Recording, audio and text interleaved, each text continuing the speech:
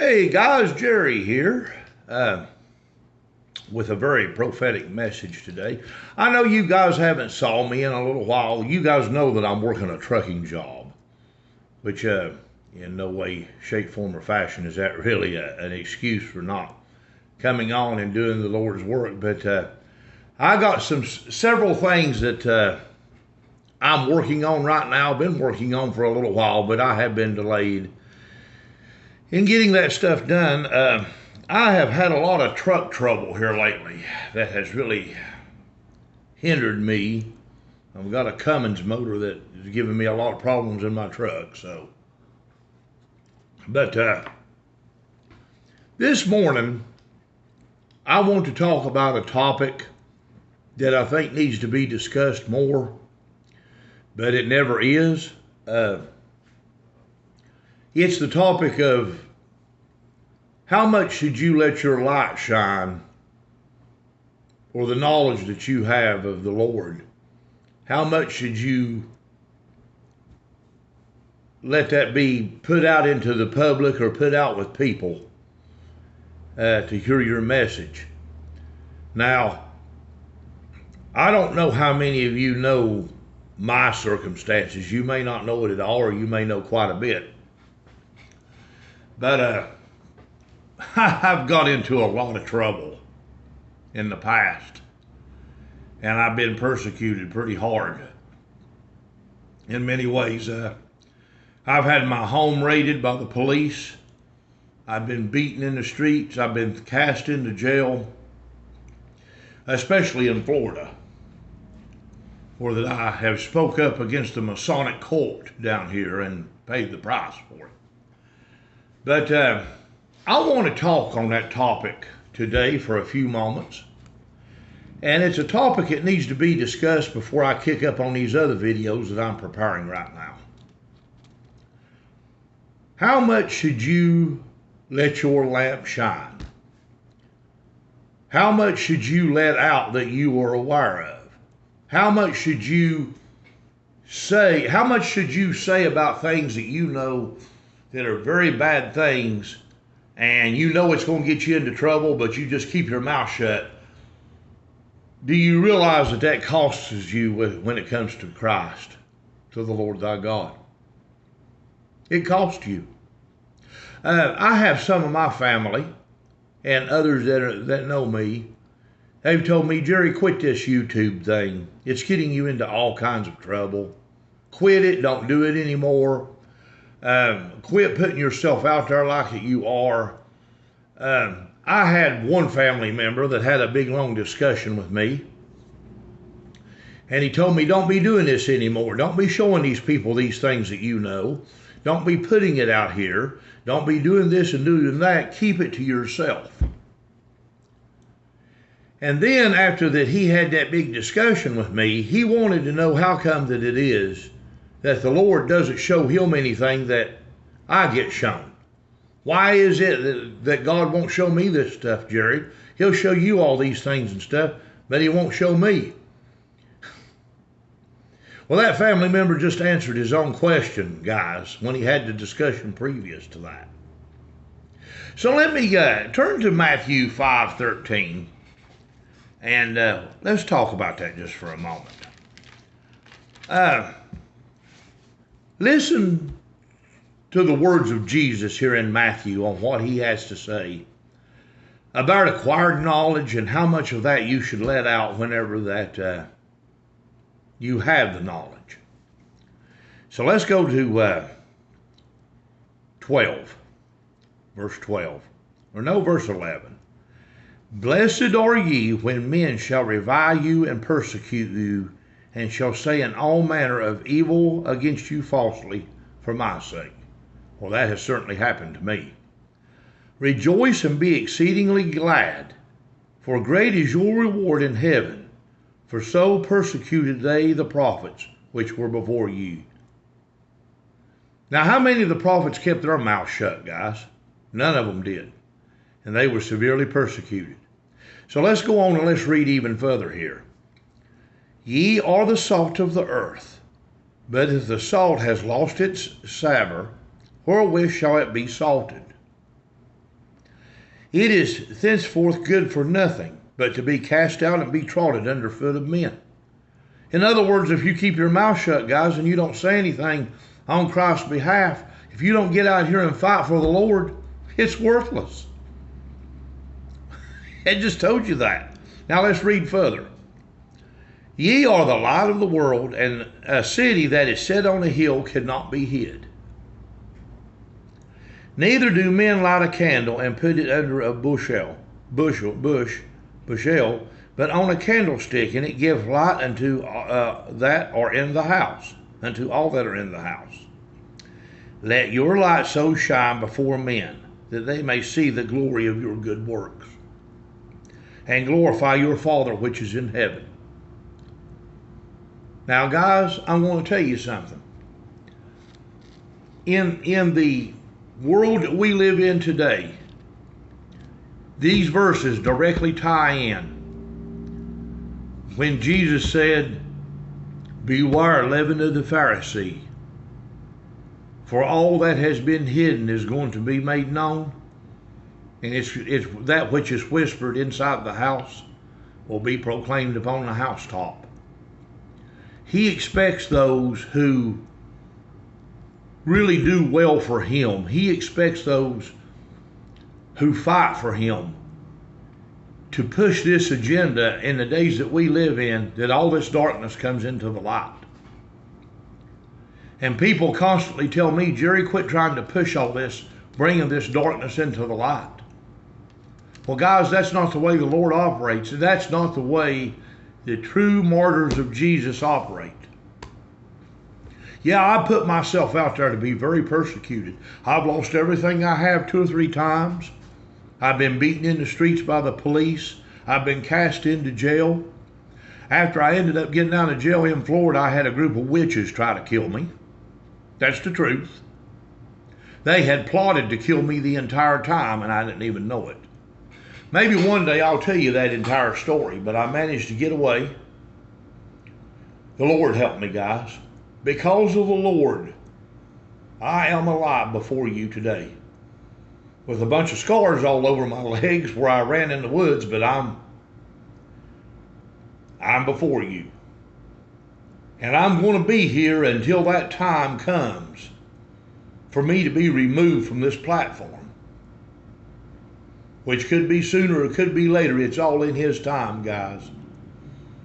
But if you're one of these people who puts your lamp, you bury it in the ground, you put it under a bushel, you hide it, and you say you do that to avoid trouble, you're not of the Lord.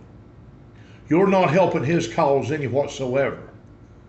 You are to put yourself in harm's way if you are really His.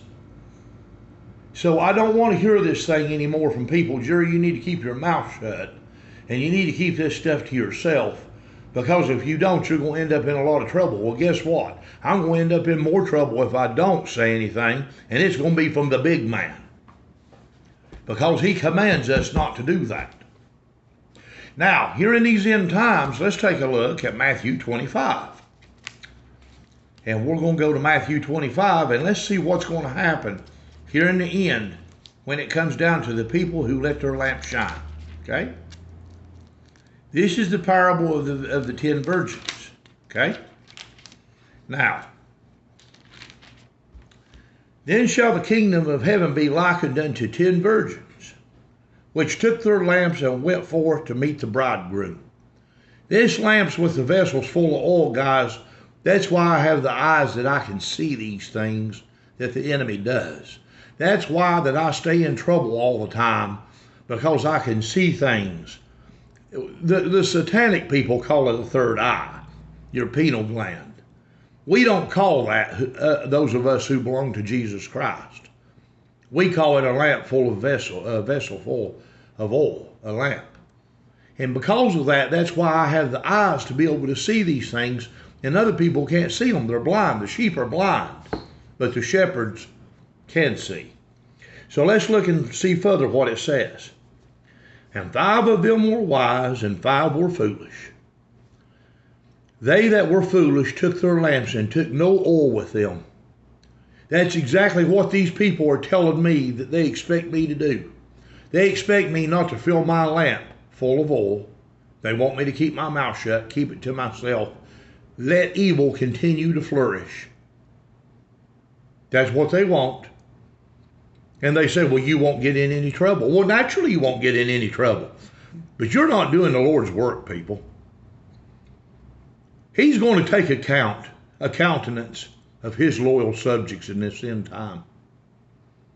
And those who kept their mouth shut, those who wanted no more than 15 minutes of church on Sundays, he's going to remember, he's going to take a countenance of it, of his loyal subjects. Now let's go further. And 5 of them were wise and 5 were foolish.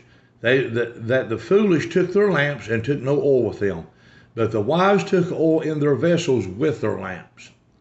That's we study, we meditate, we are able to see these things. Our lamps are full of oil. While the bridegroom tarried, they all slumbered and slept. Now tarried means he delayed. That's what that means.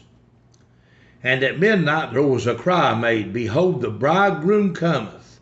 Go ye out to meet him. Then all those virgins arose and trimmed their lamps.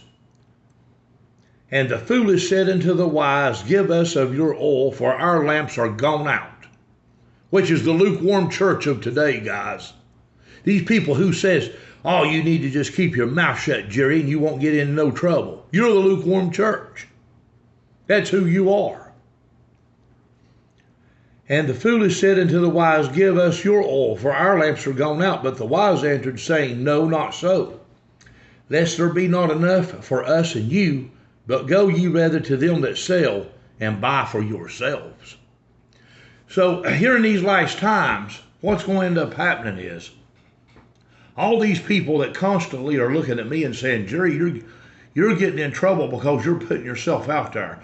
Jerry, you're getting in trouble because you're speaking up against the Pharaohs and the Masonic cult and all these people that are making this world what it is. The Nephilim giant, if you will, so to speak, in one certain sense. I'll get into that later. But they're going to finally see that these things that I have been saying are correct and so. And they're going to say, well, maybe I'm going to look some more into this because maybe the TV screen isn't telling me the truth. Maybe all these preachers have been lying to me on television all along. Maybe TBN isn't what that we thought that it was. Maybe this great deception that Jerry tried to tell us about all along is really the truth. They're finally going to begin to see this in these end times, guys. And then when they do, when they go to buy, the bridegroom's going to come. And they that were ready went out to meet him in marriage, and the door was shut. Just like in the days of Noah, so shall it be in the coming of the Son of Man, guys. He's going to shut the door and he's going to close behind them just like he did with Noah. Noah tried to open the door and the Lord held it shut. Didn't he tell you just like in the days of Noah, so shall it be in these last days in the coming of the Son of Man? Afterward came also the virgins saying, Lord, Lord, open unto us, just like they did in the days of Noah. Please let us in, Noah, please. We didn't know that this flood was going to come like it did. But it did anyway. And please let us in. And what's the Lord going to say? But he answered and said, Verily I say unto you, I know ye not. I know ye not. Watch therefore that ye neither the day or the hour wherein the Son of Man cometh. For the kingdom of man, the kingdom of heaven, is a man traveling into a far country, who called his own servants and delivered unto them his goods. So now let me tell you this again, guys. If you know some things in these end times, if you're seeing some things in these end times, and you're not telling others about it, you're keeping it to yourself, you're keeping your mouth shut, and you're allowing evil to continue to flourish, then you are part of the lukewarm church. When the Lord comes for the bridegroom, he's not coming for the whole church now, guys. I'm telling you, he's coming for the bridegroom only. Those of us who lost the things we had in life. Those of us who didn't love our lives to the death. You know, guys, I've finally got a few things straightened out again here. I got a few things. Well, I lost everything. But I get to feeling Satan's about ready to take it from me again. And that's okay, guys. I absolutely rejoice in that. I didn't love my life to the death and kept my mouth shut about these things while evil continued to flourish. And they've tried to kill me for it. They've thrown me in jail for it. They've taken everything that I have away from me for it. And I didn't love my life to the death, but I loved him more. And I am not going to keep my mouth shut. It's going to happen again, guys. You know, I'm going to tell you something. What's going to end up happening to me? I'm going to be like the beloved Thaddeus. They're going to fill me full of arrows is what they're going to do. Because they go after me because I'm the one that fights the Freemasons and nobody else is willing to say anything against them. These people are the ones that's causing all these troubles that we are having, people. Somebody's got to step forward and be brave enough, truthful enough about these things to do something about it. But nobody's brave enough. Nobody don't want to get their butt spanked any at all by the devil. Whenever the time comes, he's going to leave you guys. That's what's going to happen. The bridegroom is going to be come for, and the lukewarm church is going to be left to go through the great tribulation period. That's what's going to happen, and I can see this great tribulation period coming. It's coming quickly, guys, and it's coming fast. The whole core of the system, this slave grid control that he's going to use for this, it's already in place, guys. It's the tower for every one of them is in your town, trust me. Okay? So you're going to say, well, you believe like the Honest News guy does there, Jerry. Yeah, I do believe like he does. I believe the bridegroom is going to be come for. He's going to come for the bridegroom, the core of the people who loved him, that didn't love their lives to the death. And the rest of them, guys, is going to be left for the great tribulation period. If you can't see that this entire world has been taken over by Satan, all of these churches that's on TV, they've been taken over. All of these broadcast networks, they've been taken over. Basically, your reality on TV has been completely taken over. If you can't see Satan's matrix that he has created to put this new one world order into place, you don't have the eyes to see it, and you haven't prepared for it. Your lamp is not full of oil. And you're going to be left in these end times to go through the great tribulation period. Which, by the way, I already know who's going to create the great tribulation period. Same people I just talked about a moment ago. Oh, yeah. And it all starts with slave control of something that got passed out here very shortly ago. You know to what I speak. Just like a remote control being a tower, and what it's remote controlling is what? Something that's hooked up to it just like a toy. Yeah. If you can't see these things, guys, you're in a world of hurt. Best be straightening up. Best be doing the right thing right here, and best be coming forth with what knowledge you have in you and letting it out. Because if you don't, guys, you're going to be left with a lukewarm church. And the lukewarm church is going to suffer. He is going to suffer in these end times. But I am going to go in and let you guys go. I'm going to get kicked back up here again. Yeah, I'm going to get in trouble again too. You'll see. They'll come after me again. Hopefully this time they'll finish me off like they did Thaddeus. Just don't let them put me in jail, guys, and then turn around and say, well, we called him being a child molester or something. That's the way they done David Koresh down in Texas. David Koresh knew who these people were, and they made him look like the bad guy in the end, okay? David Koresh was just trying to protect his family, people, from a cult that is taking everything over in this world, including our government. Okay? So I'm going to be seeing you. I'm going to be making some more videos. If you know things, guys, you see things, you're keeping shut and keeping quiet to save your butt, you're going to be left with the lukewarm church. Many people thinks that the whole church is going, that's leaving here with the Lord when he comes to get his people. Not so, guys. I don't believe in a rapture, guys. I don't believe in a rapture at all. But I'm not like Chaplain Bob. Chaplain Bob doesn't believe anything at all is going to happen. What I believe in the coming of the bridegroom, taking the bridegroom. The core of the people who really fought for the Lord and who didn't love their life to death. But thank you for watching my video. I want you to take what I had to say into account and be ready for some more videos coming from me.